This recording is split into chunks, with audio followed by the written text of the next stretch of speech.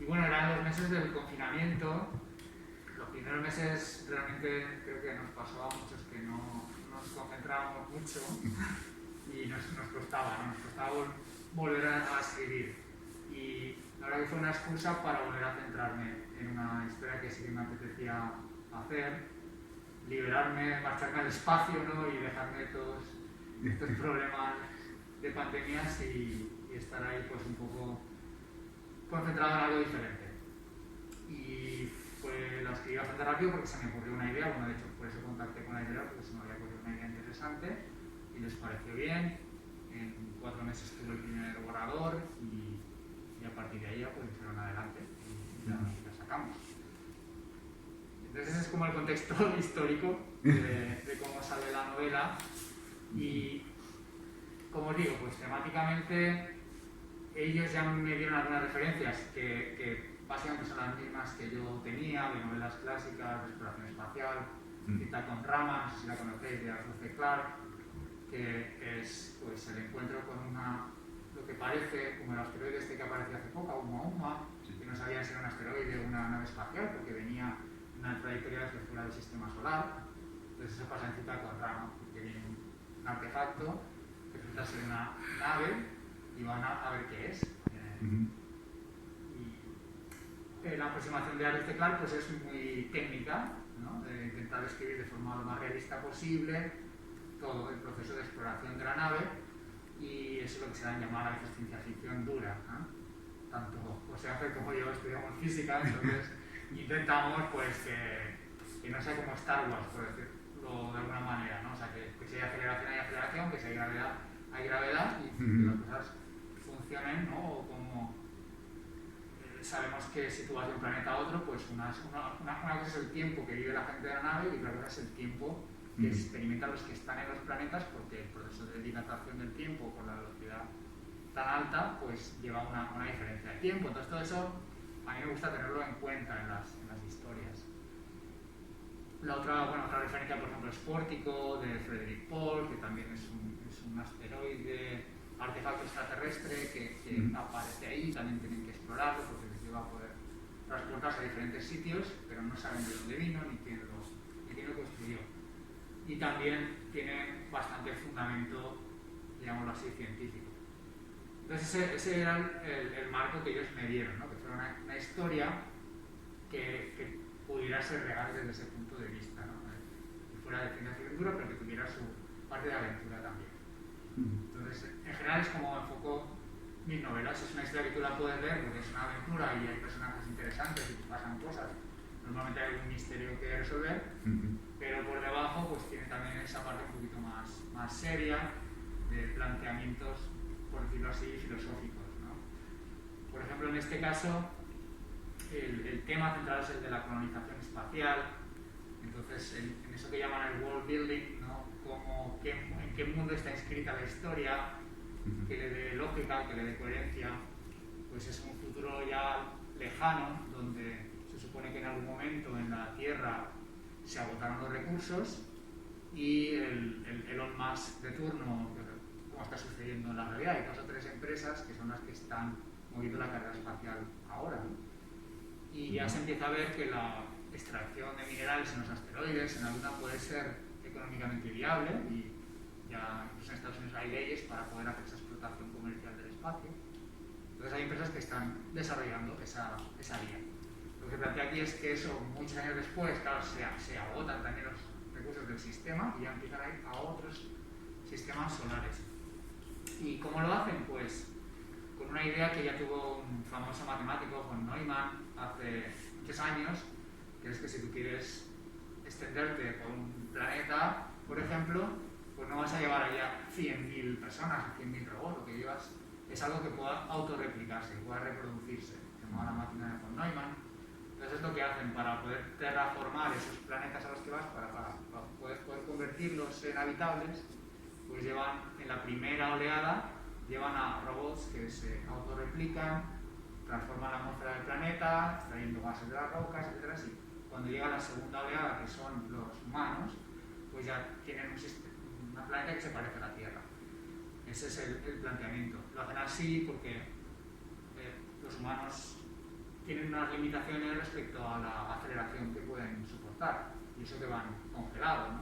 Pero los robots no tienen esa limitación, tú puedes acelerarlos todo lo que quieras, así que llegan primero, y luego, bastantes años después, llegan los humanos. Ten en cuenta que para ir al sistema solar más cercano, a Próxima Centauri, yendo a la velocidad de la luz tardaremos 4 años, pero yendo con una nave, pues como mínimo te tirarías 1000 o 2000 años tiempo de la Tierra. El tiempo para los que viajan es más corto por la dilatación temporal, pero aún así, pues por eso creo que son muy largos. Lo que pasa es que es exponencial. Estas empresas, cuando llegan a un planeta, ya tienen como un esquema establecido de cómo se va a colonizar, una especie de mini sociedad ya preprogramada, donde hay 3 personas que son los que van en la tripulación de la nave, que son como así, digamos, como los fundadores, como una especie de dioses profetas de ese nuevo planeta, y después de unos años, cuando ya han establecido ahí su colonia y tal, los robots que continúan alrededor del planeta han construido más naves, con lo cual de ese planeta luego salen más. Es un proceso que va creciendo exponencialmente y así se está expandiendo la humanidad. Ese es como el contexto así muy amplio del mundo donde sucede la historia. ¿Cómo empieza la historia? Pues es una de estas tripulaciones de 3 personas, el resto van congelados en forma de embriones, porque primero tienen que asegurarse de que todo ha ido bien, montar como las bases, el hábitat, para luego poder hacer crecer a estos embriones. ¿Por qué llevan embriones? Pues porque tú no puedes montar una sociedad si no tienes suficiente diversidad genética. Necesitas que haya, si no pasaría lo de las familias estas que se casan los primos con los primos y al final son todos recesivos, ¿no? Necesitas una mínima variabilidad genética que ellos llevan cofrada en forma de embriones y de óvulos. Bueno, el caso es que cuando llegan allí, ese es, digamos, el punto de inicio de la historia. El planeta no está terraformado, no está preparado como debería estar. Eso es el incidente que causa toda la historia. Por alguna razón que desconocen, pues esa primera oleada de robots que tenía que haberlo transformado, algo ha fallado. No se pueden comunicar con los robots como si estuvieran ahí todos escacharrados. Se van acercando al planeta y mientras se van acercando intentan descifrar qué ha podido pasar. Claro, desde el planeta donde salieron les han dejado un mensaje. Pensar no sé si recordáis en 2001, cuando van a Júpiter y después de que el ordenador se haya cargado a todo el mundo, llegan allí y reciben un mensaje de la Tierra grabado donde les explican realmente cuál es la misión. Pero aquí pasa algo parecido. Cuando llegan allí, tienen un mensaje grabado de la Tierra, dicen, sí, ya sabemos que todo ha fallado, pero queremos que averigüéis qué ha pasado. En lugar de volver a la Tierra, que podrían volver congelados, pues no, tienen que se queden aquí, ¿vale? Entonces, en realidad la historia es un misterio, tiene un planteamiento de exploración del planeta, pero también de exploración en el sentido de descubrir qué ha pasado con los robots y qué ha causado ese fallo. En el proceso parece que el planeta está rodeado como un anillo pensar en el anillo de Saturno, pero de piedras, ¿no? De restos de algo que se ha roto o que ha explotado cerca del planeta, y eso destruyó el ascensor espacial. Sabéis que unas ideas más sencillas en la práctica para poder colonizar un planeta o para salir del planeta, pues es un ascensor, es mucho más eficiente que cohetes subiendo y bajando. Entonces ese ascensor se supone que lo habían construido ya los robots, pero no saben si es que no lo iban a construir o que por esas piedras, algo que se rompió ahí, pues se destruyó una vez construido. Bueno, pues ese es el planteamiento. Entonces tampoco puedo desvelar toda la historia, porque es parte del proceso de leerlo, es descubrir qué pasó y por qué y cómo se adaptan a ello. Entonces, otro aspecto interesante de la historia, como está contado, son esos 3 personajes.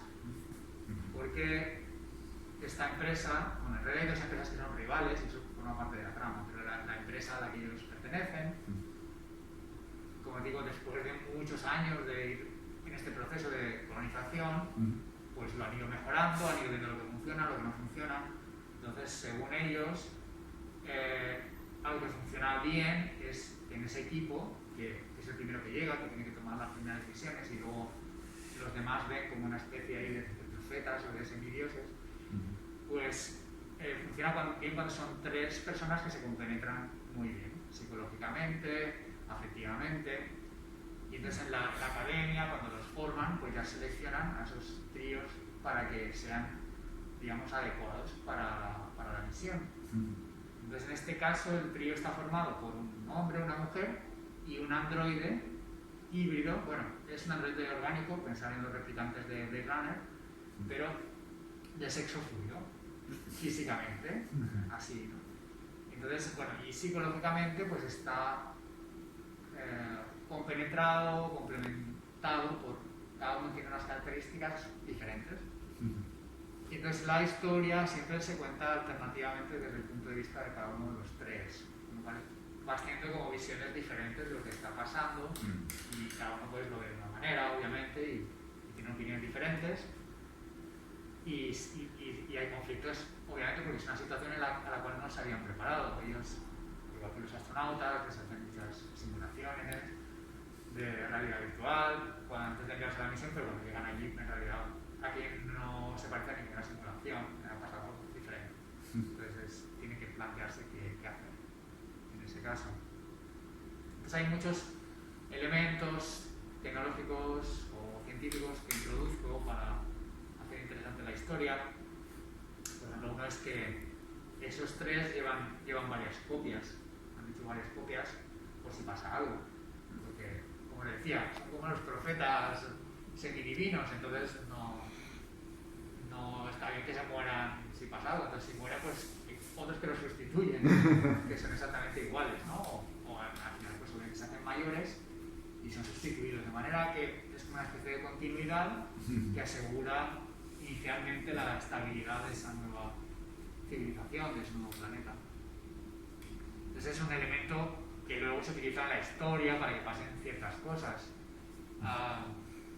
También, bueno, otro de los elementos científicos interesantes de la historia, a mí me apasiona el tema de la evolución. Y como sabéis ahora, es uno de los puntos más interesantes de la investigación espacial, es detectar otros planetas similares a la Tierra. Y en principio hay muchos científicos trabajando en detectar en esos planetas, a través de la atmósfera sobre todo, de la presencia o no de determinados gases, si en esos planetas hay vida o no. Aunque sea vida microscópica, se considera que si hay vida tiene que dejar alguna huella en la atmósfera. No sé si hace poco escuchaste lo de que hay vida en Venus porque habían encontrado un compuesto químico, fosfina, creo que era, que eso no debería existir a no ser que haya vida. Luego, bueno, parece que en realidad las mediciones había errores y no había tanto como parecía. Pero, pues lo que se supone que hacen estas empresas que colonizan es que primero pues analizan que esos planetas no haya vida, porque van a ir allí y van a básicamente arrasarlo todo para construir el planeta más parecido a la Tierra. Pero puede que ese sistema falle, porque puede que haya evoluciones de formas de vida que generen atmósferas o resultados que nosotros no podamos detectar como vida, ¿no? Entonces eso es un tema también que se plantea en la novela. Posibilidad de otras biologías que no detectemos como tales desde fuera, ¿no? ¿Qué más? También otro tema que he estado trabajando últimamente es el de la inteligencia artificial, ¿vale? Pero no en el sentido de los robots clásicos estos de Asimov y tal, sino de la inteligencia artificial como se está utilizando hoy en día para sistemas que aprenden cosas, que pueden traducir lenguajes, que pueden detectar automáticamente gestos, emociones, todo eso se está desarrollando en la realidad. Entonces ellos, bueno, pues cuando llegan al planeta y se encuentran, es un poco de spoiler, pero bueno, pues se encuentran con otras formas de vida, digámoslo así, pues se plantea otro de los problemas clásicos de la ciencia ficción, que es el de la comunicación con otras inteligencias. Ahí, digamos que hay dos aproximaciones, una que es la aproximación fácil, televisión o películas donde estos extraterrestres o estas otras formas de vida pues son unos señores con maquillaje raro, ¿no? O unos bichos arácnidos. O sea, o se parecen mucho a los humanos o no se parecen en nada y son unos bichos a los cuales se puede matar sin ningún problema ético, ¿no? El caso es que comunicarse con otra civilización, con otra forma de vida, pues es un problema también un clásico de la ciencia ficción. Y normalmente no hay una aproximación muy científica, ¿no? al problema. Porque ¿cómo aprendes tú un lenguaje de una civilización que no tiene nada que ver con la tuya? Porque en la Tierra, si tú vas a la selva amazónica, descubres una tribu que nunca ha tenido contacto con los humanos, pero bueno, tiene palos, hay piedras, hay frutos, hay comida, hay unos elementos culturales compartidos que tú puedes utilizar para establecer un diccionario y intentar entender su lenguaje, aunque hay complicaciones, ¿no? Pero aquí no hay ningún elemento compartido en principio, ¿no? O tienen que ver qué pasa. Entonces, estamos todos pensando en Ted Chiang. ¿En Ted Chiang? ¿En cuál de...? ¿En Historia de tu vida? Sí, pero es que, bueno, sí, ahí tiene un sistema de signos, ¿no? O sea, habéis visto la película de La Llegada, ¿no? Estos signos circulares, entonces, bueno, si hay un lenguaje escrito al menos, o hay técnicas para intentar analizar eso, aunque tampoco se explica muy bien, muy claramente al final cómo lo resuelven.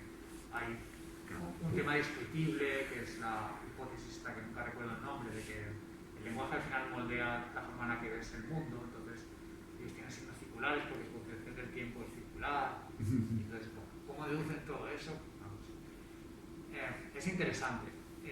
Hay el clásico de Carl Sagan, En contacto, o digamos en la apreciación más optimista, se supone que las matemáticas son el elemento común entre las dos civilizaciones que permite hacer esa traducción, porque suponiendo que la otra civilización pues te quiere hacer como un diccionario de cómo es su lenguaje, ¿vale? Si no es así, pues también es un poco difícil. Entonces aquí, en esta historia, se utiliza la inteligencia artificial para eso. En inteligencia artificial normalmente los procesos de traducción de lenguaje se dividen en varias partes. Hay primero un módulo que es el que reconoce las formas, los elementos del lenguaje original. Si el lenguaje original es escrito, pues tendría que reconocer lo que son las letras, las palabras, ¿vale? Comunidades, aunque no sepa lo que significan todavía, para poder saber cuál es la estructura. Si es un lenguaje hablado, pues tiene que detectar los sonidos, las palabras. Si es un lenguaje de gestos, pues tiene que detectar las partes, ¿no?, que forman el gesto. Y entonces eso lo pasa a una especie de estructura abstracta en medio, que es como un espacio conceptual, ¿vale? Intenta que cada palabra vaya asociada a un concepto. Por ejemplo, imaginad pues, el concepto hombre, mujer, persona, libro, etc. Y luego, una vez que tiene las palabras situadas en ese espacio, pues a ver cómo se relacionan en el lenguaje, ¿no? Pues normalmente después de la palabra hombre, pues viene comer, ¿no? Y después de comer viene ella. Pues, establece en qué medida se forman las frases en cada lenguaje. Y luego viene otro módulo que intenta traducir eso a otro lenguaje diferente. Eso se está utilizando ya ahora, por ejemplo, para hacer programación automática. Hay modelos tan buenos de reconocimiento del lenguaje y saben establecer las relaciones con otro lenguaje como es el lenguaje de programación, que ya tú le puedes decir, hazme un pequeño programa que calcule los números primos y te lo produce, ¿vale? Entonces esa idea está utilizada porque ellos lo que hacen es falta solo la primera parte, les falta como reconocer del lenguaje de esos seres, que no voy a decir cómo es, pero reconocer elementos que luego poco a poco puedan saber a qué conceptos corresponden, ¿no? Pues si significa hablar, o significa enfadarse, o significa las cosas que tienen, que son, que significan, para que las utilizan. Entonces, eso es también una parte que yo creo que es interesante de la historia porque no se suele tratar, mucho menos en las películas, ¿no? Cómo efectivamente se establecería la comunicación con otra forma de vida de la que no sabes nada. Esto también hay autores clásicos muy escépticos. Por ejemplo, Stanislav Lem, que este año se cumple 100 años. Él en sus novelas suele ser que no, que eso no será posible, ¿no? Tanto si es un encuentro cara a cara como si es escribir un mensaje, ¿no? Así como cada van en contacto, pues sí que descifran el mensaje. Pues Lem tiene una novela que se llama La voz del amo, donde reciben un mensaje, pero tampoco pueden saber si es inteligente, porque lo único que pasa es que parece que no es al azar, pero como sabes que es un mensaje inteligente, ¿no? Empezando por ahí y al final, bueno, pues no les es tan fácil descifrarlo, no saben realmente lo que significa. O en la famosa estrella de Solaris, que es un planeta que saben que tiene un comportamiento inteligente porque está entre dos estrellas y se mueve el planeta de manera que no cae a ninguna de las dos estrellas. Entonces, eso parece un comportamiento inteligente y cuando ellos van a explorarlo les recibe de alguna manera haciendo formas muy extrañas con el mar, una sustancia del mar, pero tampoco consiguen comunicarse con él como con un lenguaje. Entonces no saben lo que quieren, no saben, pasan cosas raras que nos pueden destripar en Solaris, pero no es una comunicación. Entonces, bueno, pues ahí también es otro tema clásico, donde también hay diferentes opciones, diferentes filosofías. Me he enrollado mucho, ¿no? ¿Alguna pregunta para que...? Yo, el tema de este trío amoroso, ¿lo tenías pensado ya desde el primer momento? ¿O es algo que te fue surgiendo en la historia? ¿O cómo lo tenías planteado? Sí, lo tenía pensado desde el principio como un elemento de la historia, porque quería que, digamos, el planteamiento de ese equipo, de esa tripulación que va a colonizar, que no fuera lo de siempre, que no fueran pues una pandilla de pardillos que han entrenado ahí en la academia y que luego está pues el listo, el tonto, no sé qué, no, que tuviera algo más de sentido. O sea, ¿cómo se haría realmente llegar a esa situación? Pues tendría que ser un equipo, bueno, de hecho se hace así, lo que pasa es que no ha habido visiones tan largas como para comprobar que realmente funcione bien, pero tiene que haber una compatibilidad de personalidades entre esas personas y luego tiene que haber algo para un tiempo tan largo que los una emocionalmente, ¿no? Obviamente si metes a 3 personas en una nave durante X años, pues no van a estar ahí cada uno rascándose la oreja, ¿no? O sea, tienen que tener una relación sentimental, emocional, sexual entre ellos para sobrevivir, ¿no? O sea, entonces, ¿cómo se podría hacer eso en la práctica sin tener que meter a un montón de personas? Porque no hay recursos para eso, es una nave relativamente pequeña, entonces, bueno, ese se supone que es el estudio que esa empresa ha hecho durante muchos años. Yo parto de una idea que desarrolla la teoría del caos. Esto es muy friki, ¿vale? Pero yo os lo cuento porque, como soy muy friki, yo pienso así. En la teoría de dinámica física clásica, cuando tienes 2 elementos en un sistema, por ejemplo, pensar en el Sol y la Tierra, ¿vale?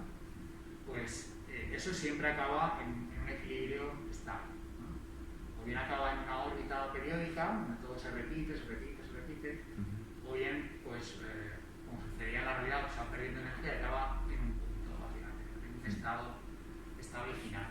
Entonces, digamos, desde el punto de vista, un sistema con 2 elementos, o con 2 variables, o con 2 grados de libertad, que se llama en física, es muy aburrido, ¿vale? Se llaman atractores estables. en la realidad el mundo no es así. En el mundo hay muchas más variables, hay muchos más componentes. Entonces se sabe que a partir de 3 componentes el comportamiento del sistema es muchísimo más complejo. Las reglas pueden ser las mismas, pero el sistema se vuelve al mismo tiempo imprevisible, hay una componente de azar, pero al mismo tiempo esa imprevisibilidad tiene patrones, y son patrones flexibles, ¿no? Es lo que se llama el comportamiento caótico entre el azar y el orden. Bueno, uno de los mayores éxitos de la ciencia ficción de los últimos años es el problema de los 3 cuerpos de un escritor chino que la idea es ese, los 3 cuerpos tienes ese tipo de comportamiento mucho más rico, por decirlo así, pero también más adaptable. El problema de 2 cuerpos es que solo tienen esos 2 estados, o se repiten o acaban en un estado fijo, ¿no?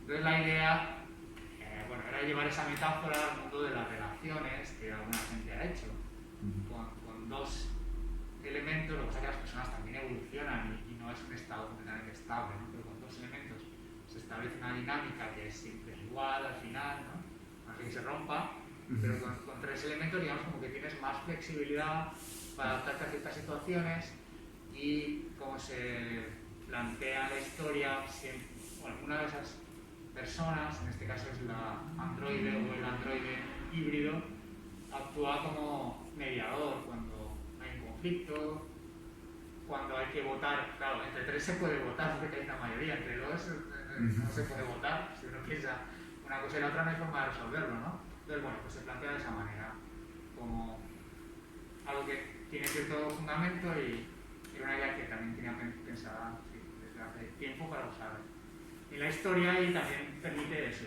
el ir cambiando el punto de vista con cada uno de los 3 personajes, que son diferentes. ¿Preguntas? Bueno, venga. Tengo que pensar. Estoy pensando. Bueno, a ver, Salva, según te he ido oyendo, no han parado de aparecerme ejemplos literarios, incluso cinematográficos. Yo ya sabes que yo voy por ahí, yo soy de letra. Entonces, a ver, claro, tú me cuentas esto y claro, Arthur C. Clarke, y me hablas del androide como algo, un componente evolutivo, como centro. Claro, no paro de pensar en HAL o incluso en el androide de Alien, el 8º pasajero. Pero es que el argumento que está dando no para de recordarme una película muy mala, pero que prácticamente trata eso. Creo que era Mars, Planeta Rojo, que era con el hombre este que hacía de Teniente Seymour de Forrest Gump, Val Kilmer, y no sé si la otra era Carrie Ann Moss, la actriz esta de Matrix, que trataba exactamente eso, de cómo la colonización de Marte, desde alguien que ha conseguido que haya plantaciones, un trío de astronautas que llegan a Marte y de repente descubren que ha habido alguien ha estropeado la misión. O sea, encuentran que hay plantaciones, pero ha fallado algo. La gente a la que tienen que dar relevo, creo recordar, ha muerto, no recuerdo, de repente, no recuerdo muy bien si hay uno de los propios robots suyos ha sido el culpable, que ha llegado a coger conciencia propia. Luego también se encontraban con la población, o sea, no sé si has visto esa película. Me suena, creo que era de Brian De Palma, de hecho. Creo que sí, que más que no tuvo mucho éxito. Que intentaba ser algo filosófica, se encontraban incluso con los habitantes de Marte, que era una especie de... Marte, creo que sí. Sí, era una especie de criaturas pseudo tal. Luego, claro, se estropeó porque sacaron la versión de las cúpulas de Golden de Clara Stone-Smith, la de Manos Fantasmas de Marte, y eso la estropearon un poquito.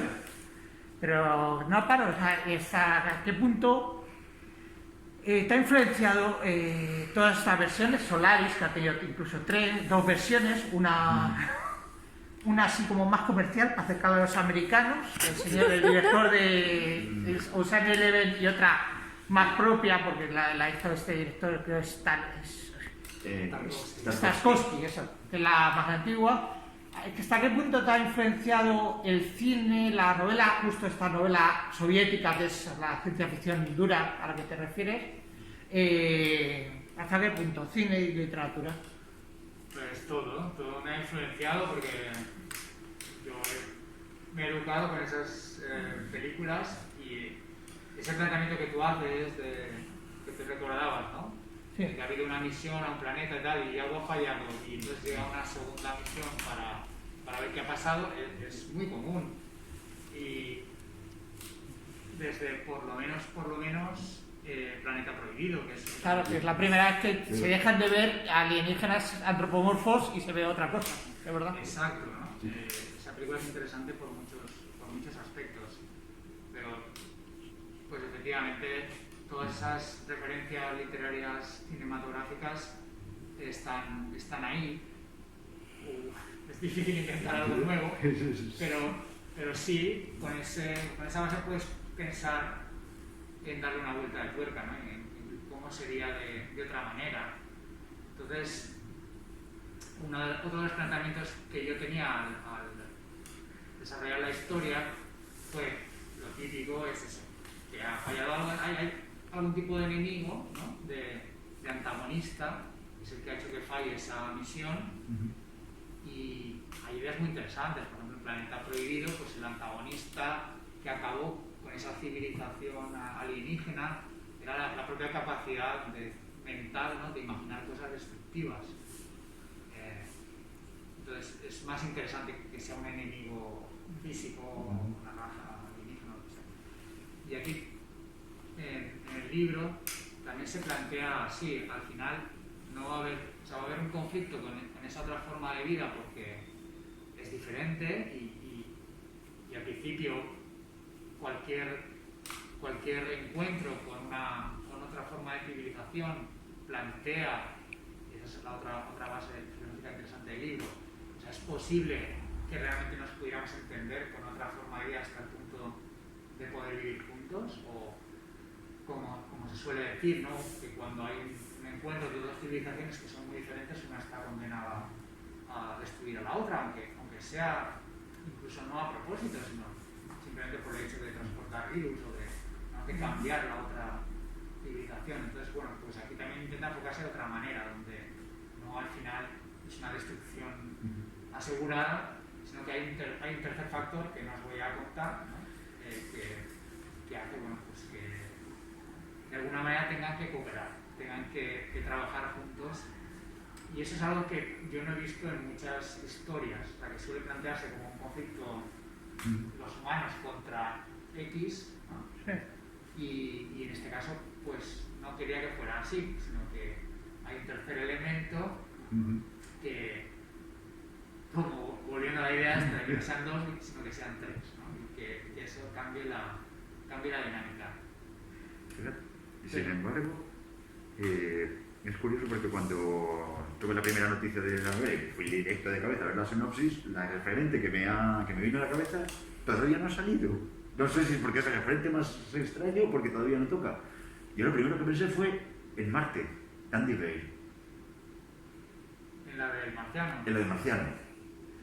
Sí, en el sentido de esa parte más procedimental, por decirlo de alguna manera, de empezar a vivir en otro planeta que no está preparado para la vida, el tema de los cultivos, que cultivas allí, cómo se haría físicamente esa colonización. Sí, efectivamente, pues hay parecidos con eso, porque al final hay parecidos con los planes reales que se están haciendo en la NASA de cómo se haría. Sabéis que ha habido concursos para que la gente diseñe cómo serían los hábitats en Marte, entonces se está hablando de hábitats hinchables, pues claro, ahí no se pueden llevar cosas grandes que pesen mucho, ¿no? Pues que puedas montar fácilmente. Entonces sí hay la primera parte de la historia, volviendo al uso o a la categoría de ciencia ficción dura, sí que hay un intento de explicar cómo realmente sería esa colonización en unas condiciones duras. Entonces se parece un poco a eso. Otra referencia que es muy personal, pero fue una de las historias que a mí seguramente más me influyó de jovencito, es La Isla Misteriosa, de Julio Verne. Si recordáis, La Isla Misteriosa hay unos ataques a barcos por diferentes lugares del mundo y hay algo que está destruyendo esos barcos que no saben lo que es. Bueno, y mientras tanto, uno de esos barcos que va buscando a ese objeto o animal o algo que está haciendo, pues es atacado, naufraga y van a una isla desierta, aparentemente. Y entonces es muy interesante el proceso de cómo exploran la isla, porque ahí hay algo misterioso, pero al mismo tiempo tienen que sobrevivir, pues tienen que hacerse un refugio, encontrar comida, etc. Entonces, no me di cuenta, o sea, no fue algo que pensé conscientemente antes de hacer la historia, pero cuando lo estaba escribiendo, de repente me acordé de que se parecía a eso, de que intentaba replicar esas sensaciones, ¿no? De aquí en un mundo extraño, ¿dónde voy a encontrar comida? ¿Cómo voy a sobrevivir? Pero aquí hay algo más, ¿no? ¿Qué ha pasado aquí? Un Nemo oculto. En ese caso era el Capitán Nemo, ¿no? Que tenía ahí su guarida secreta. Aquí hay otras cosas. Sí, ese también fue un referente inconsciente quizás al principio, pero que aparece.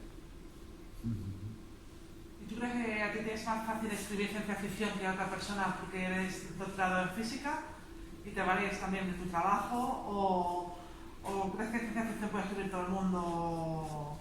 Es que yo la veo más complicada que a lo mejor otro tipo de género, pero creo que tiene que tener una base un poco más, para ser base más científica que a lo mejor, yo qué sé, a lo mejor la fantasía, ¿no? Que la fantasía también hay que aprender a hacer fantasía, obviamente, pero yo creo que a lo mejor la ciencia ficción tiene ese pozo, a lo mejor más, que tiene que dar al lector un poco más de científico para que se lo crea. No sé si tú lo percibes así o... Sí y no. Sí en el sentido de que, como tú dices, a ver, bueno, tú creas una historia de género fantástico, general, especulativo, terror, fantasía, ciencia ficción, pues siempre hay elementos que no se corresponden a la realidad.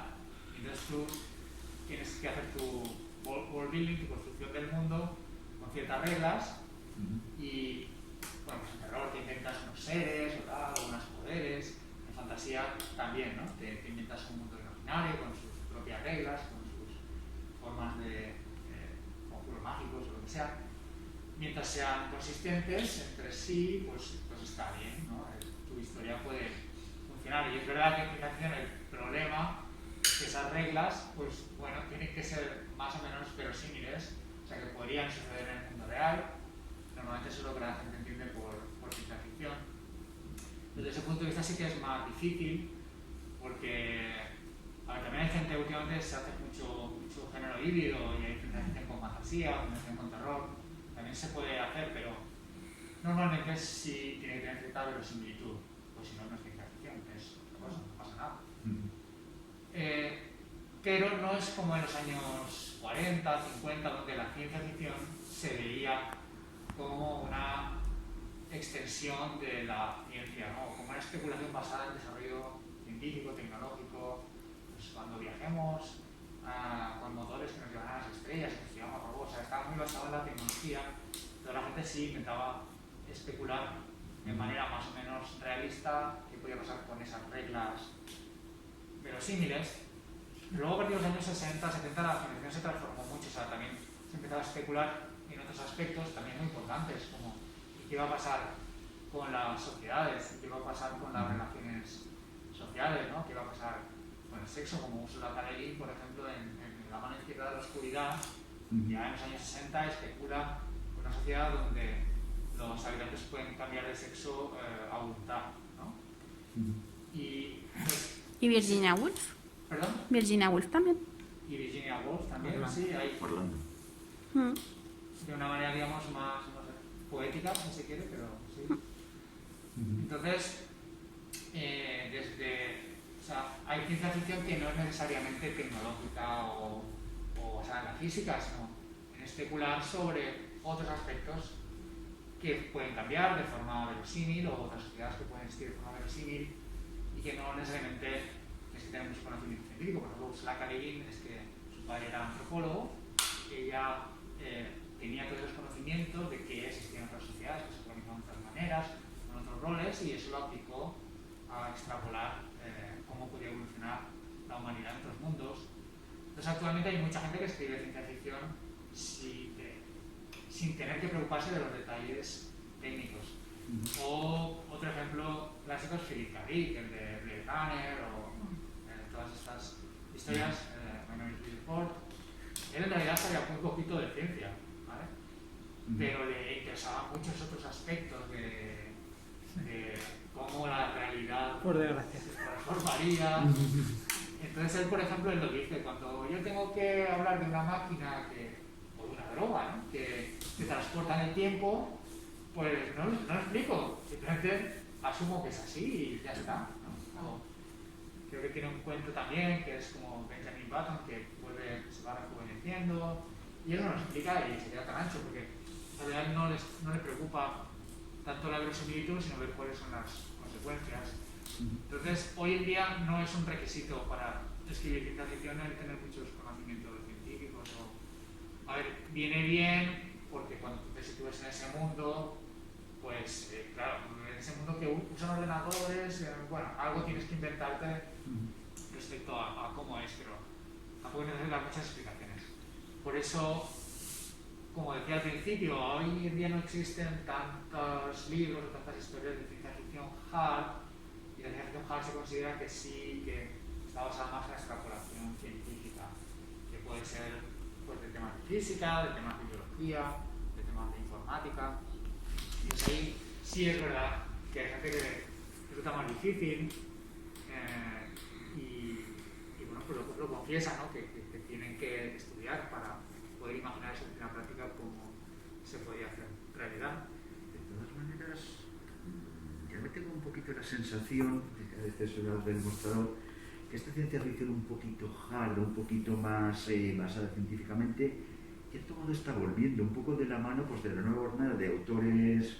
Sobre todo hemos hablado de Ken Liu, de Cixin Liu, bueno, de Cixin Liu, hemos hablado de Ted Chiang y el tercer espada que es el Ken Liu, los cuales están volviendo a retomar esta ciencia ficción más hard y volviendo a plantearse pues quizá los mismos problemas o las mismas extrapolaciones que se decían pues, en Stanisław Lem, pero 100 años después en el tiempo, con lo cual, partiendo de una base pues mucho más avanzada, con lo cual las civilizaciones son más avanzadas. Y yo creo que, ya te digo, yo creo que la ciencia ficción hard da la sensación de que sufre un cierto revival, un cierto relanzamiento. Y en la sociedad Nietzsche estaría desde luego en esta ola. No sé qué opinas. Pues estoy totalmente de acuerdo.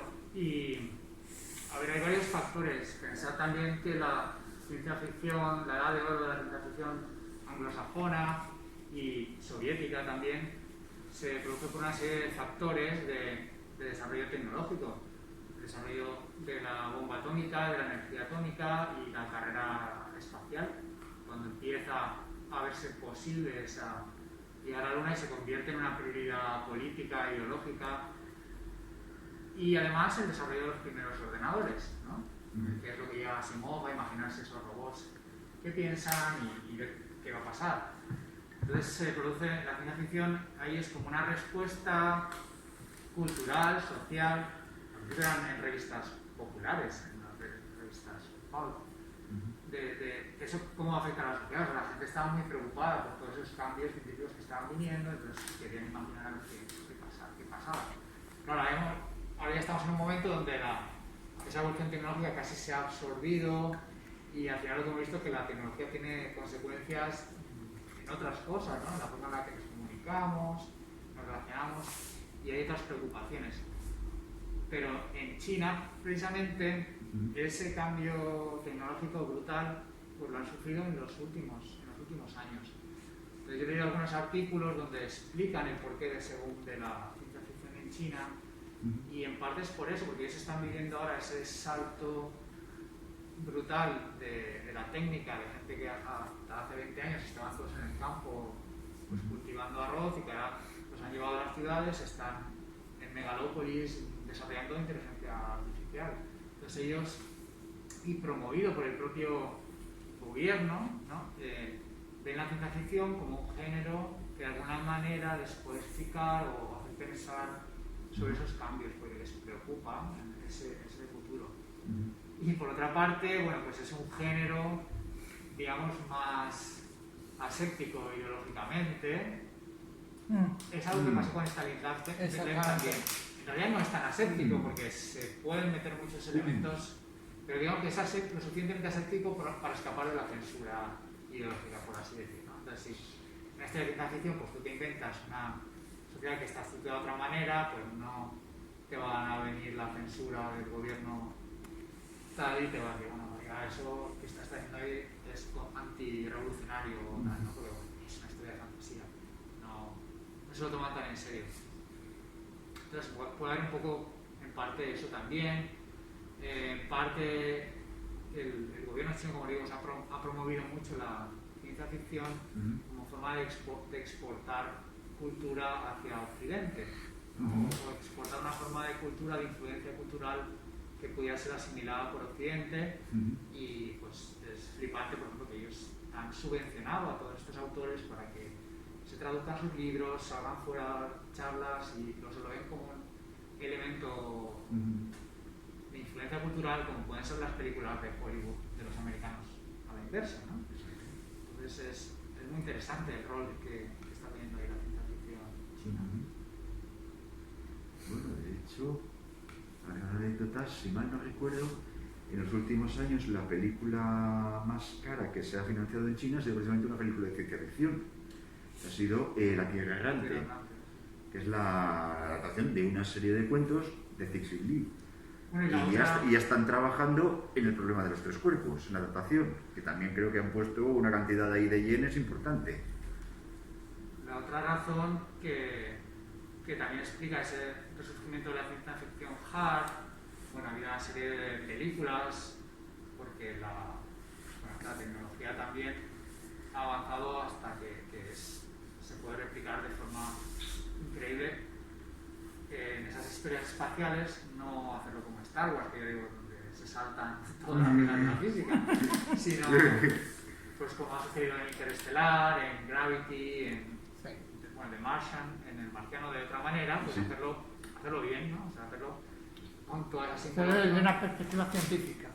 Sí, más realista, y al mismo tiempo se está resurgiendo la carrera espacial, como decía. O sea, también la gente está viendo que, ostras, pues negacionistas aparte, que piensen que la NASA no fue a la Luna, pero bueno, que se está viendo que la carrera espacial otra vez va a ser algo real y además movida por también esa competición que había, que antes era una competición de los bloques ideológicos y ahora es una competición comercial, pero muy real, porque en la Luna hay helio 3, hay tritio, hay una serie de elementos, hay tierras raras, hay minerales que son muy valiosos y que poco a poco van a ser más escasos en la Tierra.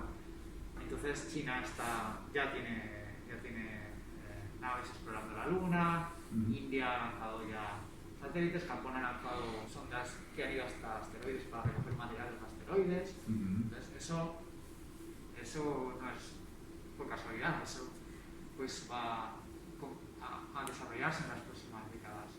Entonces también yo creo que por eso en parte se ha retomado, bueno, los planes para ir a Marte, bueno, que Elon Musk es muy optimista, pero lo está haciendo, ¿no? Es muy curioso porque, no sé si conocéis a Robert Heinlein, que es un autor clásico de ciencia ficción. Él fue uno de los que promovió, mucho antes de que se fuera a la Luna, promovió la exploración espacial y el viaje a la Luna. De hecho, una de las primeras películas de ciencia ficción realistas, que se llama Destino a la Luna, se basó en una historia de Heinlein. Heinlein participó en el guión y todo. Y Heinlein tiene dos relatos, El hombre que vendió la Luna y Requiem, de un empresario americano que vende participaciones de la Luna para ir allí, y bueno, todo lo escribió muchos años antes de la carrera espacial, y al final él se empeña en ir él mismo, pero ya está muy mayor y va a la Luna y muere en la Luna. Pues es la historia de Elon Musk.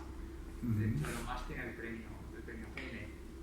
Entonces eso está haciendo avanzar la carrera espacial otra vez por una serie de motivos curiosos. Entonces sí, está volviendo a la imaginación de la gente ese hecho de que la exploración espacial va a ser algo real. Como decía, pues la novela es un encargo, porque se ve que hay interés renovado en la exploración espacial. Y también mi novela anterior, que es El espejo del tiempo, Y ahí es una historia totalmente diferente. Es también como darle la vuelta al género posapocalíptico o distópico, ¿no? De que ha habido una catástrofe y la Tierra está destruida y tal, ¿no? Para ver cómo eso se arregla de alguna manera. ¿Más preguntas? Bueno, a ver, un poquito, vamos a meter un poquito lo poquito que sabemos uno de ciencia. A ver, Sabes mucho de todo, Lu. yo pues, muy poquito, yo sé, muy poquito y cada vez menos. Con los años van pasando, cada vez menos. Bueno, has sacado antes el tema de la comunicación con otras razas. Claro, todos recordamos el famoso proyecto de, creo que fue Carl Sagan, que lo inicia, del disco de oro que se envía, creo que hace ya 50 años, puede ser, con imágenes de cómo es un hombre, una mujer, creo que en binario un mensaje escrito en binario y demás. Claro, la gran pregunta es que estamos mandando un mensaje a una raza que, para empezar, estamos escribiendo el número binario, que ceros y unos son números árabes. Yo es que no veo, una raza tendrá su propio lenguaje, sus propios conocimientos, ven ceros y unos, ¿cómo los transmiten? ¿Qué es lo que estabas comentando tú antes? Es que el concepto, incluso la matesis universal cartesiana, yo lo veo imposible. O sea, si tú intentas a través de cosas que son cosas que hemos creado los seres humanos, lo veo imposible. Entonces, tú como físico, como hombre de ciencias, además de como licenciado en filosofía, ¿qué crees que sería la forma en la que podríamos comunicarnos con una raza alienígena? Toma ya. Nos voy a ganar el Nobel, seguro. Pues, Bueno, pero, sí, como ¿una teoría?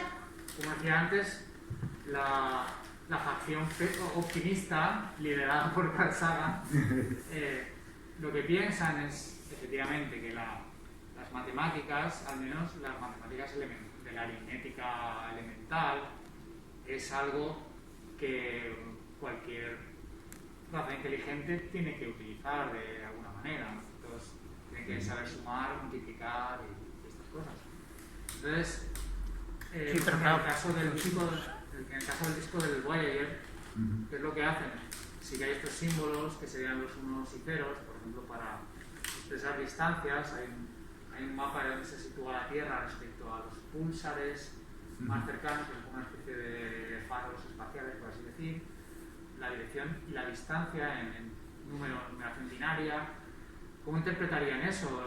Pues la forma en la que ellos lo hicieron fue cómo definimos el significado de esos símbolos en matemáticas, ¿no? Porque como tú dices, pues son arbitrarios. Yo a lo mejor el uno lo quiero pintar así y yo lo quiero pintar así.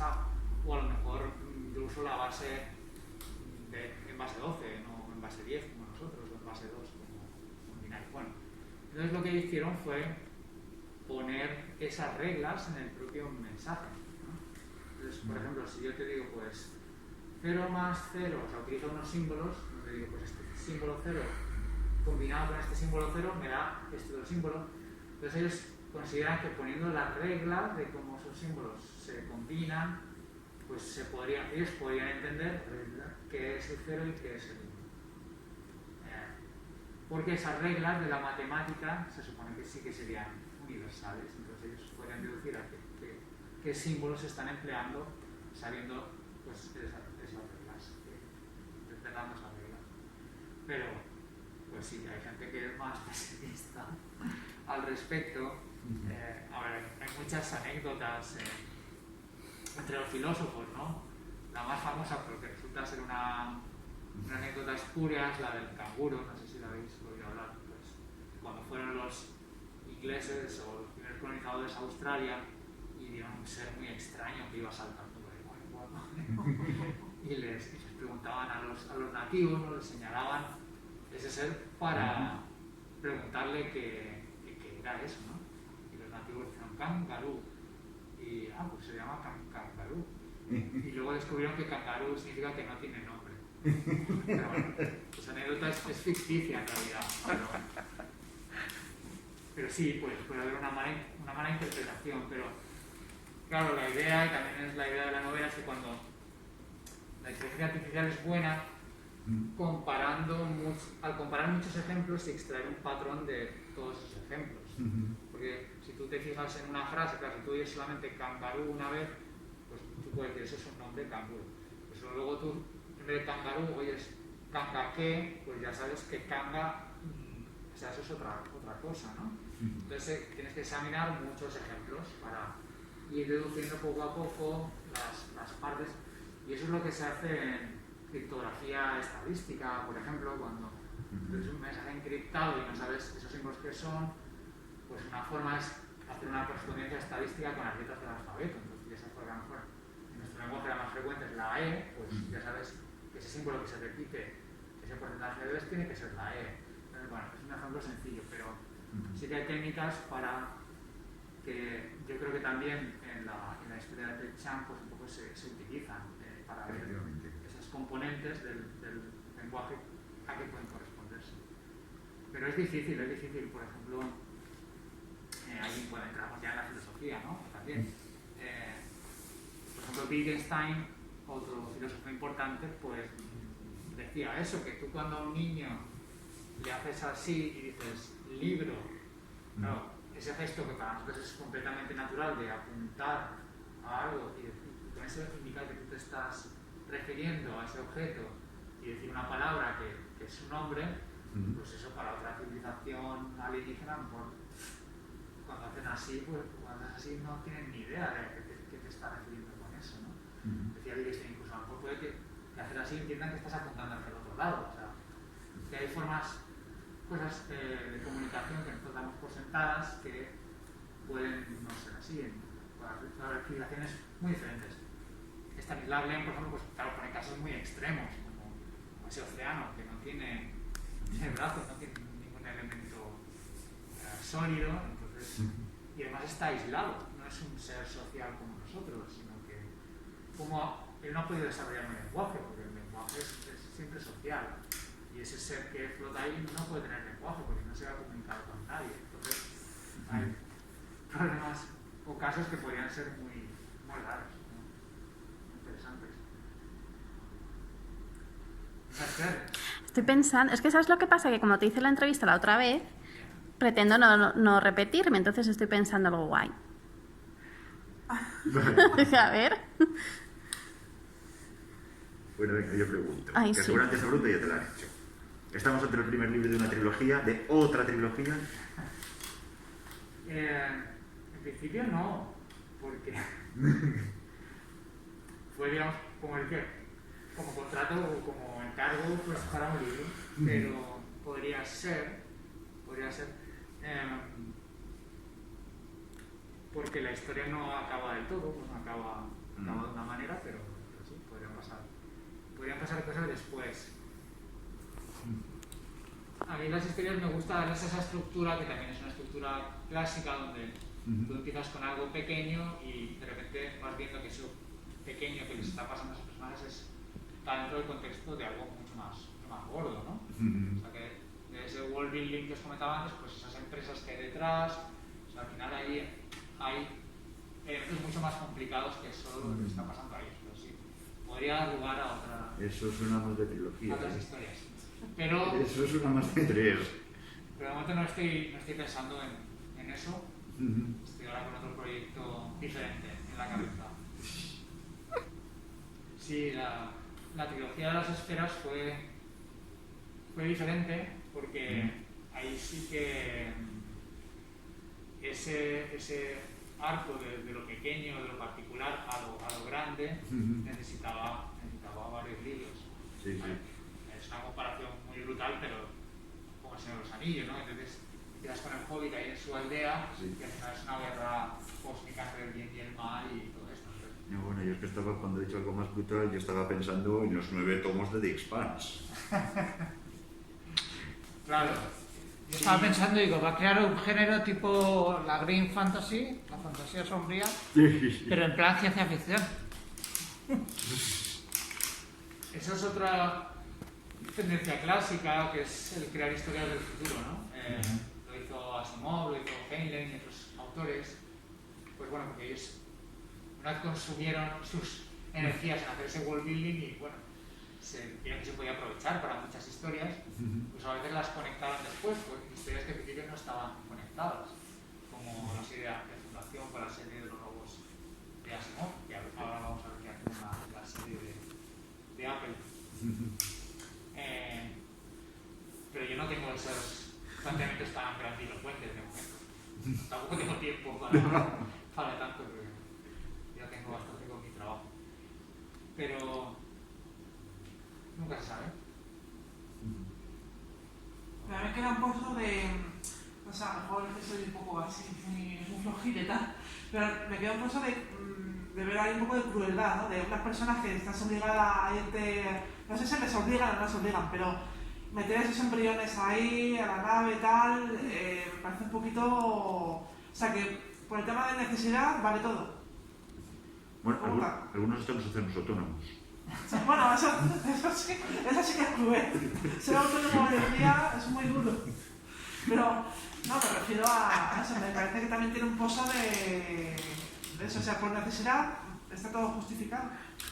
En ese mundo, sí, por lo que decía antes, porque al final esa exploración espacial se ha convertido en un negocio, por así decirlo. Vale, entonces, ahí hay un planteamiento también en qué medida el futuro de la humanidad, o sea, qué medida vamos a poder conservar nuestros valores sociales o van a ser más pues pura criterios económicos. Bueno, una crítica, digamos, subyacente al capitalismo, obviamente, ¿no? Que son esas empresas las que al final han dominado ese proceso y eso es un peligro, una posibilidad real. En el momento en que se salga de la Tierra, dejan en principio de aplicarse las leyes de la Tierra, aunque ya la Cámara de Representantes estadounidense ya ha aprobado leyes de cómo debe funcionar la explotación comercial de los asteroides, pero bueno, una vez estás en otro sistema estelar y necesitarías 1000 años para enviar una nave, pues tú ahí en principio puedes hacer lo que quieras, ¿no? Y es difícil mantener esa regulación, ¿no? Bueno, pues... La película esta, ¿cómo se llama? Ahora no me acuerdo, ¿verdad? Que van un montón en una nave en animación suspendida y se despierta uno accidentalmente. Passengers. Esa Passengers. Sí, eso exactamente, es ahí donde se muestra quizás la crueldad de este tipo de exploraciones un tanto, como dices, en plan empresa, en plan... Vale, siempre es un riesgo. Lo que pasa es que, claro, aquí ten en cuenta que ya es como un proceso que se realimenta a sí mismo. O sea, cuando llegan a un planeta, pues ya desde pequeños allí les educan como que ese es el destino de los elegidos, porque pues uno se queda en el planeta allí cultivando el planeta y explotando el planeta, pero los que van a ir a otros planetas, esos ya pues son los elegidos y los seleccionan y entonces para ellos es como, bueno, es un orgullo el hacer eso. No sé, si me dijeran que me voy a Marte aunque no vuelo, pues no sé, igual me lo pensaba, a ti me mataría, pero... Eso te iba a preguntar, ¿tú irías de pasajero hasta de la Luna y tal? Porque yo soy de las que a lo mejor, en cierto modo, en ciertos sentidos ignorantes estoy mejor. ¿Sabes lo que te quiero decir? Hay veces que en ese sentido de descubrir cosas así extrañas, yo prefiero ser ignorante. No en otras cosas de día a día, pero en estas cosas yo creo que diría, ojo, que luego va a cambiar tanto mi percepción de las cosas y tal, que prefiero quedarme como soy. Aparte de un viaje que te puede ocasionar, o sea, puedes desintegrarte ahí de la nave porque no sabes cómo va a reaccionar tu cuerpo. Eso... Yo por eso millonarios, que los millonarios les preparan en 2 meses, que yo creo que en 2 meses no estás preparado, pero bueno, en 2 meses y por... ¿Cuánto era? 2 millones de euros o 200.000... ¿Te vas a viajar a la Luna? También estamos hablando de 3 señores que por su salud mental no se distinguen, ¿eh? Ya lo sé, porque Richard Ashcroft, el señor de Virgin, es un señor que... Es curioso porque hace unos días que Valentina Tereskova, que ya tiene años, pero todavía se postuló como Que si hacía falta alguien para mandar a Marte en viaje solo de ida, que contasen con ella. Sí. Claro, bueno, eso ya puedes llegar a un punto de tu vida que dices, ostras, pues ya para lo que me queda, pues ya Exactamente. puedo Es que la viaje te puede dar cualquier cosa. A mí hay un paralelismo que me gusta mucho hacer a veces, bueno, mucha gente lo hace, Carl Sagan también hace el paralelismo de la exploración espacial con los exploradores del siglo XVII, XVIII, XIX, que iban en un barco, tardaban meses en llegar a no se sabe muy bien dónde, si existía o no existía, no había mapas, no llevaban realmente la comida adecuada, porque pues era casi suicida ese tipo de... Las enfermedades que no llegaban todo el mundo, todas las enfermedades que tenían y todo, o sea que también... Sí, pero bueno, como vosotros estáis muy metidos en la ciencia ficción y tanto vivís por y tal, y a lo mejor, ya venga, pues corriendo. Yo me lo pensaría. No me oiga nadie, pero... Sí, que hay conflicto aquí, pero... Yo estoy bien en la tierra. Sí, a ver, hay muchos elementos ahí. Pues sí, seguramente hay algo de vanidad, narcisismo, lo quieras llamarlo. Al final, la búsqueda de la inmortalidad, en el sentido de tu legado de la historia. Entonces, esta gente como Elon Musk, seguramente es una combinación de que ellos desde niños han tenido esa ilusión y por otra parte pues hay una parte de vanidad también, hay una parte de deseo de llevar la tecnología a sus límites. Esa es la personalidad emprendedora. O sea, el tío ha hecho Tesla, ha hecho eBay, ha hecho... Bueno, ahora está en el proyecto de la inmortalidad, no sé si lo sabes, están los también, científicos...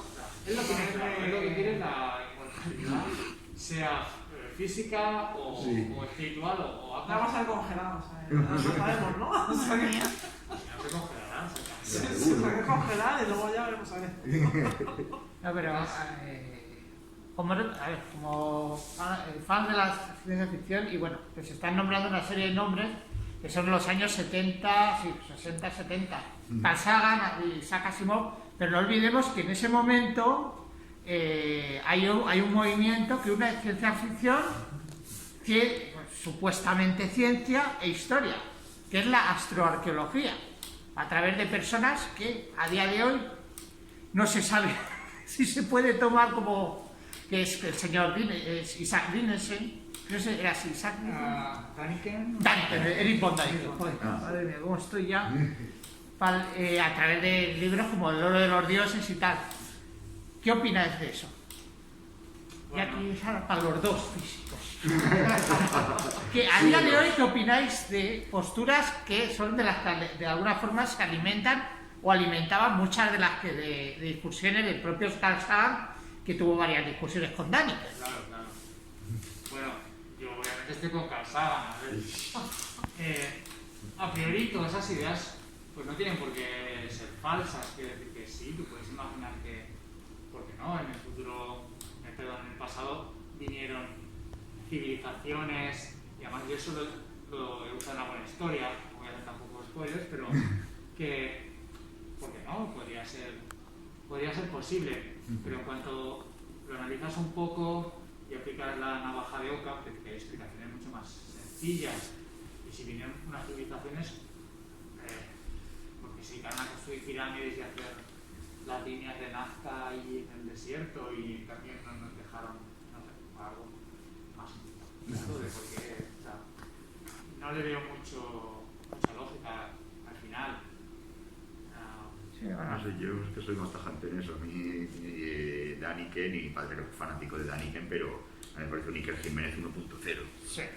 O sea, me parece que, bueno, a lo mejor determinados elementos que quizá tomados por separado, pues sí que podrían tener algún componente o de misterio o de pregunta no resuelta, pero a partir de ahí se monta unas películas, porque claro, a mí me parece que las ideas de Daniken son básicamente películas muy bien montadas, muy bien argumentadas. Muy bien argumentadas. Bueno, muy bien argumentadas. Los dos libros que cuidado, muy bien argumentados, tenía por lo menos... que se quiere convencer. Mira, mi padre tenía 3, también argumentos, pero me llaman el cherry picking, es decir, de todos estos 10 cajos yo solamente elijo este y este, que son los que sustentan mi teoría, y dejo de contemplar y no todos los demás que la desmontan. Construyes una narrativa que parece tener consistencia y ignoras muchas pruebas. A mí me gustó mucho una novela de Umberto Eco, que no tuvo tanta repercusión como El nombre de la rosa, que es El péndulo de Foucault, y ahí hace una crítica a todo eso, ¿no? Demoledora, pues de lo que son las teorías conspirativas que llamamos ahora, que es, como decía José Ángel, ¿no? Pues conecta una serie de hechos que en realidad no tienen ninguna conexión, pero que en tu mente, ¿no? Porque nuestra mente funciona así, nosotros encontramos patrones en cualquier cosa, sobre todo si refuerzan nuestras ideas previas, pues le vemos el sentido cuando en realidad no lo tiene. Claro, que también él se iba a sitios de Sudamérica, claro, vete tú a visitar la cueva de no sé dónde, claro, te lo ponía bonito, es como ahora el Benítez sí. Pues te convence, Caballo de Troya, pues te convence que Jesús era un astronauta del futuro y cosas así, pero bueno. Sí, no, y es verdad que hay misterios, en el sentido, pues claro, hemos perdido toda esa información de cómo realmente se construyen las pirámides, pero cada vez hay reconstrucciones más verosímiles de cómo lo hicieron. O sea, hay formas. No es algo que vaya en contra de las leyes de la física, ¿no? Si la pirámide estuviera flotando en el aire y tal, pues entonces quizás sí, pero tampoco hay por qué. No, se ha ido investigando, se han ido descubriendo nuevas evidencias, nuevas herramientas y al final pues se ha podido construir con las mismas técnicas, pues de la capa Nui hasta un Moai, hasta mover piedras pues como las de utilizando las mismas técnicas, y eso es algo que hoy en día ya se está haciendo, ¿no? Por lo menos se ha hecho como demostrador de decir, es que esto se hacía así. Entonces, si esto se hacía así, con unos medios de tecnología materiales, ¿por qué nos vamos a montar esta película de seres venidos del espacio? No, y que bueno, a través de otros grandes aventureros se ha conseguido demostrar muchos de los grandes misterios. El famoso Thor, este aventurero noruego, que se dijo, mira, pues así es como vinieron desde los mares del sur hasta Sudamérica, probablemente los habitantes que poblaron Latinoamérica. Y así es como vinieron, pudieron venir desde Egipto hasta Latinoamérica, o pudo haber contactos de Egipto y América así, con este barco. Porque ya ha demostrado, incluso con materiales de la época. Un elemento que a mí me gusta mucho también utilizar en las historias, en el world building, es ese, porque creo que es muy posible que a medida que la humanidad se expanda por el espacio, se olvide la historia real de lo que pasó. Eso también sucede en la Fundación de Asimov, por ejemplo. Al final la Tierra se queda como una especie de mito y no saben si fue real o no, porque como esa comunicación se vuelve cada vez más difícil entre esos mundos, ¿no? Incluso en Úrsula K. Le Guin también pasa eso, que hubo un antiguo imperio humano que se extendió por muchos mundos y luego decayó, y entonces se perdió la comunicación y cada uno se ha quedado como aislado. Entonces tienen sus propios mitos de donde surgieron. Y luego lo que pasa es que se desarrolla un sistema de comunicación instantáneo, o sea que no sabemos hoy por hoy que sea posible, el ansible, entonces empiezan a conectarse otra vez. Pero también la trilogía de las esferas, por ejemplo, ellos vivían en una ciudad flotante sobre un mundo, tienen su propia mitología, pero en la realidad no sabían de dónde había salido esa ciudad ni quién la había construido, habían construido unos mitos para explicar eso. Entonces es una posibilidad también, bueno, hay muchas historias de estas cosas apocalípticas, pasa eso, ¿no? Que al final olvidan de dónde vinieron, entonces tienen ideas un poco extrañas sobre el origen de esa humanidad. Eso también es un tema bastante clásico. Pero yo como historiador ya te digo que no. Hay mucho, entre que esto es como lo del seleccionador de fútbol. Que aquí en España hay como, no sé cuánto, 40 millones de seleccionadores de fútbol. Hay 40 millones de historiadores. Pero eso sí, cada vez hay como unas 50 historiadores. Licenciados en historia hay como 50, a lo mejor por año. Pero hay 40 millones de historiadores. Pues igual. La historia, a ver, es cierto que no es como quieren hacernos creer una ciencia exacta. Bueno, no es una ciencia exacta. La historia la conocemos a través de fuentes escritas o talladas en la piedra, pero es que eso lo hace una persona. Entonces, pues sí, bueno, hasta cierto punto, pero hay que tener en cuenta también, es cierto que si queremos saber las cosas, primero hay que estudiarlas, ¿no? pero hay que estudiarla con demostración, es lo que yo siempre digo. La mitología, ¿quieres estudiar la mitología? Estúdiala, pero ni la denigres ni te la inventes, ni la denigres como hacen los historiadores marxistas, ni te la inventes como hacen algunos. Como Sí, lo que ahora. pasa es que la realidad es que cuando faltan esas bases materiales de la historia, se inventa pues muchas veces porque de alguna manera tenemos la tendencia a poner nuestra comunidad, nuestra tribu, nuestro país en un estadio más elevado, ¿no? que otros sitios, y o sea, todo el mundo tiene esa tendencia del pueblo elegido. El ejemplo más obvio es la construcción de la Torah, de la Biblia como narración mítica, pero igual los mayas. Bueno, eso ya hay mucho donde excavar a través del folclore mundial. Tanto la Torá como la Biblia, hay muchas cosas en común, que incluso a día de hoy lo llamamos cuentos populares, que te puedes encontrar una versión en la Torá, o sea, o en el Antiguo Testamento o en el Nuevo Testamento, o sea, eso también en cuanto yo que soy más o menos, a mí me gusta irme por el lado del folclorismo, o yo principalmente lo que me ha gustado como historiador es el arte, la filosofía y el folclore, o sea, mitología. Yo me estudié todas las posibilidades de mitología que me dieron. Entonces ahí es cuando te das cuenta de que hay que tener primero el concepto, que todos los cuentos esconden una verdad encriptada. Y segundo, eso, que mucho de lo que nosotros ahora llamamos texto sagrado tiene ciertas raíces en textos o en mitos anteriores. Hasta cierto punto, el otro día lo discutía con un compañero, era el tema de Odín, el sacrificio de Odín, las semejanzas con el sacrificio de Jesucristo. Sí, a ver, en la rama dorada de Fraser, que es, o sea, todos los estudios que se hacen de mitología comparativa, el resultado es lo que tú dices, que hay elementos, bueno, que Jung llamaría arquetípicos, como el tema del sacrificio del rey, que es lo que Fraser se da cuenta en la rama dorada, que al final que hay una serie de mitos que vienen de ahí, que tiene que ver con el ciclo de las estaciones y del renacimiento de la tierra con la muerte del invierno, en fin. Efectivamente, eso también, uno de los estudiosos de mitología comparada, que es Joseph Campbell, en Estados Unidos, El camino del héroe. ¿Perdón? El camino del héroe. Exacto, el camino del héroe, que, pues, por ejemplo, George Lucas utilizó para Star Wars, para darle la estructura. Eso se utiliza. Sí, bueno, es que está basado en toda la folclore y sobre todo los cuentos de hadas, que son los que más siguen esos puntos del camino del héroe, pues se supone que están basados en eso.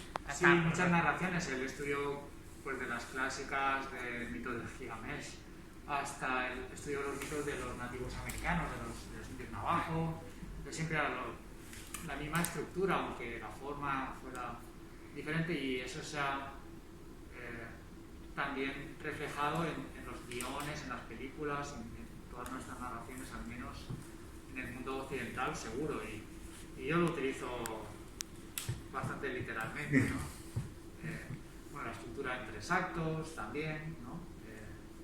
A los protagonistas les pasa algo que les saca de sus expectativas, hay una caída o se pasa a un mundo mágico, que llama Campbell, que en este caso es el planeta, obviamente, y ahí pasan una serie de pruebas hasta que al final, pues en el último acto, se enfrentan a la prueba final y ahí tienen que aprender una lección para superar esa prueba. Creo que a veces también al principio tienen que haber sufrido una pérdida familiar, la tragedia les obliga a exiliarse. Sí.